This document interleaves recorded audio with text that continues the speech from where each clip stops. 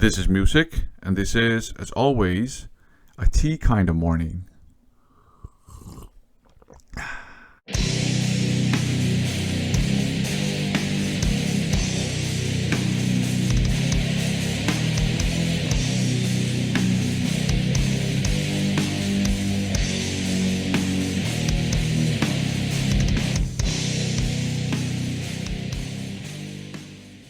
Roberts on my Turntable has launched a fun contest.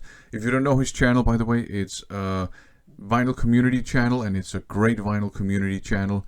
He shows a lot of classic rock and a lot of progressive rock, and I learn a lot from watching his videos. And also another reason why I find his channel very enjoyable is that there's just a nice and pleasant vibe to his videos, which is just nice. So check out his channel, it's great. Now, the premise is pretty simple. He basically wants us to show and talk about a unique band that you need to listen to. And by unique, at least the way I construe it, he doesn't mean unique sounding necessarily, but a band that's not your usual suspect in the vinyl community. So not your The Beatles, not your Rolling Stones, not your Metallica, whatever, right? A band that not a lot of people in the vinyl community talk about, or a band that maybe they're not obscure, but perhaps you don't think a whole lot of people know about them. So the rules are straightforward. Subscribe to his channel, make that video, keep it short, 10 minutes or shorter, and let him know that you've made a video. So this is my entry into that contest, and I'm probably going to get disqualified because I'm going to mention two unique bands. And the first band is not by any means an unknown or obscure band. It's Mary's Blood.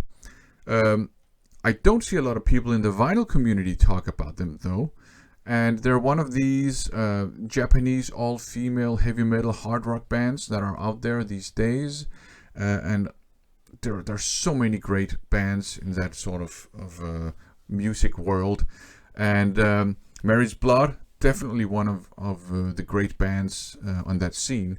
But it just seems to me that they're a bit obscured by a lot of the other bands, although they're just as good. So they don't get as much love as, you know, your Bandmaids or your Love Bites or your Aldiuses or your Nemophilas,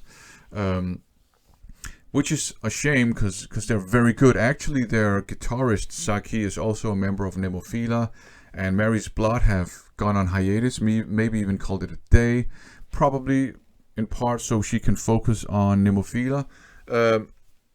So there you go. It's a bit of a shame, but they are a great band, and they're a band that if you are a fan of female-fronted metal, if you are a power metal fan, or if you're a more open-minded fan of metal or hard rock or classic rock, that I think if you listen to them, your career as a fan of music will probably be expanded in a positive direction. First off, the level of musicianship is just sky high in this band. Their drummer, Mighty, is a beast. She's fantastic. Their guitarist, Saki, is just the queen of tasty guitar solos and awesome riffage. Their vocalist has a unique singing style in the sense of not a lot of other people sounding like her. She's a great singer. She can do some great rock belting, but she has for the most part, an interesting, almost crooning kind of voice that just makes everything interesting. And their bass player is just rock solid, you know. And whenever the song calls for it, she does some flourishing stuff on her bass. But so just high level of musicianship. They're all composers. They all have written songs for this band. The style it's very diverse actually. They draw on a lot of different genres and styles in the rock world, but it probably all comes together under modern power metal, I would say. But they draw on, you know, traditional heavy metal. They draw on symphonic metal, on power metal, on punk, on classic rock. So a lot of stuff there. I think every album has at least one song that should appeal to at least one person out there.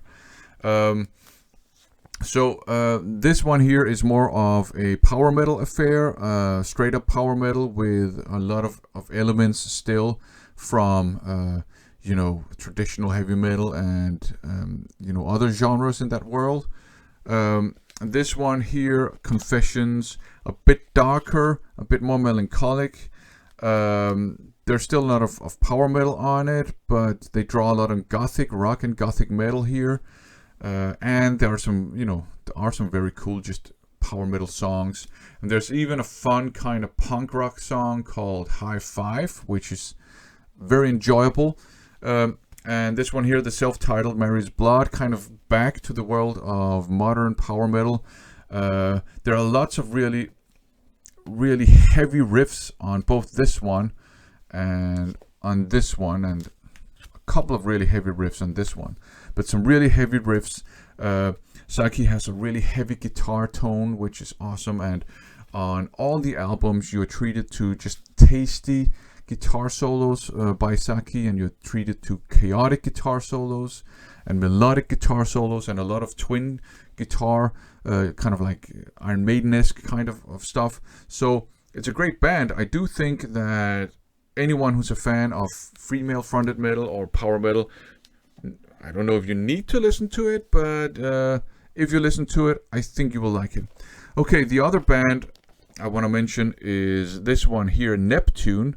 And they are probably an obscure band too. Now, this box set, Legends from the North, 40 Years of Swedish Steel, 1980 to 2020, was released, I think, in this year, 2022, on Jawbreaker Records, on an awesome underground metal label. So this is kind of a box set that compiles 3 cassette tapes, Join the Battle, Land of Northern, and Northern Steel.